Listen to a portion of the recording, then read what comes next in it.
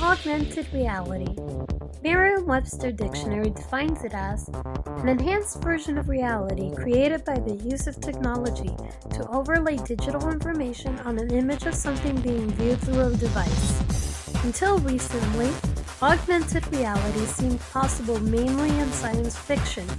Today, augmented reality is looked at with more seriousness, as it is set out to revolutionize how we relay ideas and view technology as of today. So what is augmented reality? Well, imagine us living within this reality bubble. What is this reality bubble made of, you ask? Basically, everything you see in front of you right now. Nothing is done to the reality bubble. No alterations.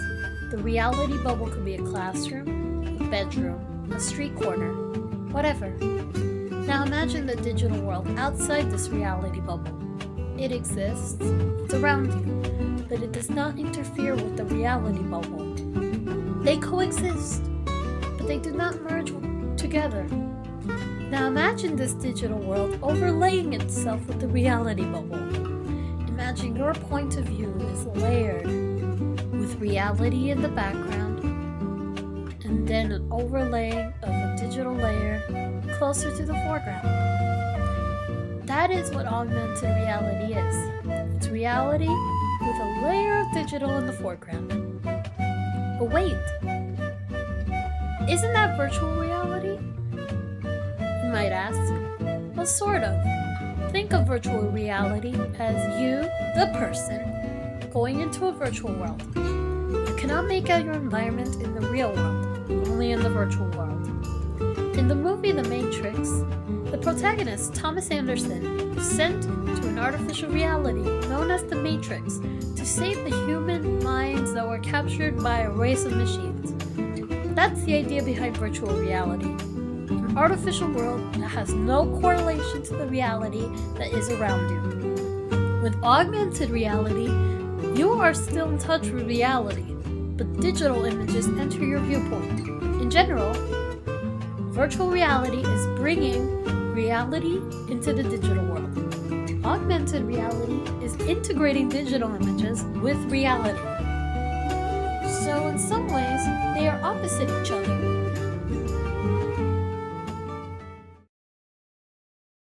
From its early beginnings in the 1960s up to the entry of the new millennium, augmented reality has taken a massive leap towards being a part of our list of technological advances. Before smartphones, AR technology involved the use of bulky equipment and not something portable and compact. The first display of AR technology was the Sensorama simulator, invented by Morton L. Heilig and patented in 1962.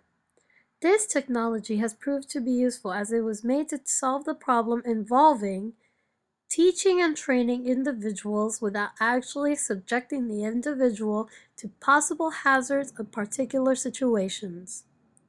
The Sensorama is a machine made for sensory simulation for the purpose of learning through visual aids. Through this machine, knowledge is communicated between people. The student learns more if he can actually experience a situation as compared with merely reading about it or listening to a lecture. But hey, wait! Isn't the Sensorama simulator an example of early virtual reality, not early augmented reality? Yes and not really. The Sensorama simulator, by definition and function, should be classified as VR technology, but the fact that some have referred to this as the earliest example of augmented reality does tell us that people do see a correlation between what this machine did and the AR technology of today. In 1965, Ivan E. Sutherland envisioned a new type of AR technology that would become the ultimate display. Sutherland believed that the ultimate display would, of course, be a room within which the computer can control the existence of matter. This is rather similar to its predecessor, the Sensorama Simulator, as it gives the user a sense of virtual items existing amongst them. Whether it is a virtual environment or a virtual object, virtual reality does hold a place amongst these areas. It is not until augmented reality branches out where you can finally see progress in its growth. Magic is theater, and every trick is a story. The tricks of magic follow the archetypes of narrative fiction.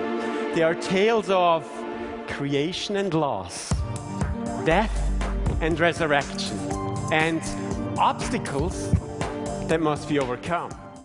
Mark of Tempest, an illusionist who spoke at TED Global, utilized augmented reality in the most creative way. Now usually a magician never reveals his secrets, but in this talk, Tempest hid nothing. The technology used gave away his magic. He calls this technological magic. Augmented reality is magical in its ability to weave out a beautiful story, just as Mark of Tempest did in this TED Talk. He introduced not only a miraculous performance, but also the possibility of other people to be able to use this technology. Think of the possible future of formal presentation, storytelling, or even entertaining presentations, such as this one. This receptive state of mind. I try to convey a semblance of truth. Believe it or not, we've already been exposed to augmented reality ourselves.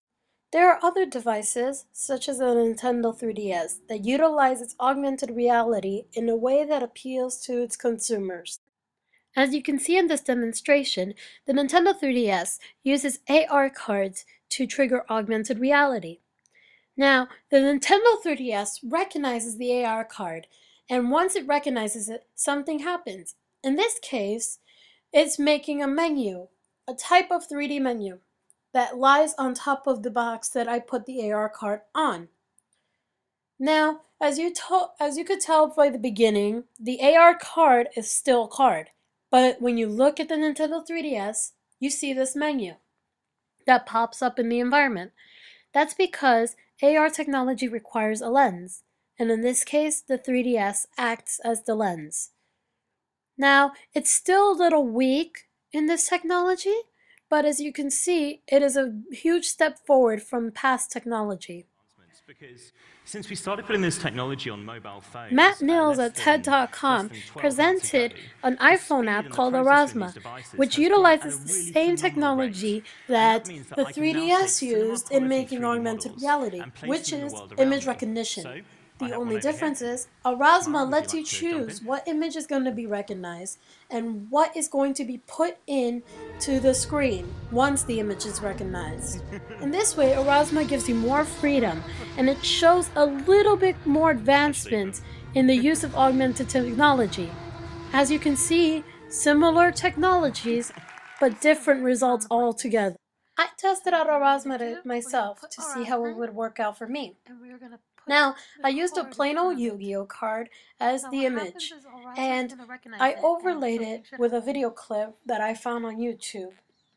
Now, this video clip will loop as long as I have the smartphone facing the card. Now, this could be used in many different ways. I used it as a demonstration for now, but if you want, you could also upload your auras. That is the name for the images plus the augmented image. Now, once you upload your auras into Aurasma, you can share with anyone. So far, this technology is still young, so there's not a lot of auras there. But, as you can see, that one of the most recent forms of AR technology is Google Glass. A huge improvement from the head-mounted display invented by Ivan Sutherland.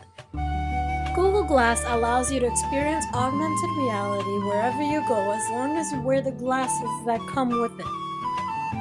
Google Glass is a prototype, and there will be some errors involved with it. This video is meant to be humorous, but albeit an exaggeration, these problems could potentially happen in real life in the final product. Even Aurasma has its own set of problems that Matt Mills failed to address.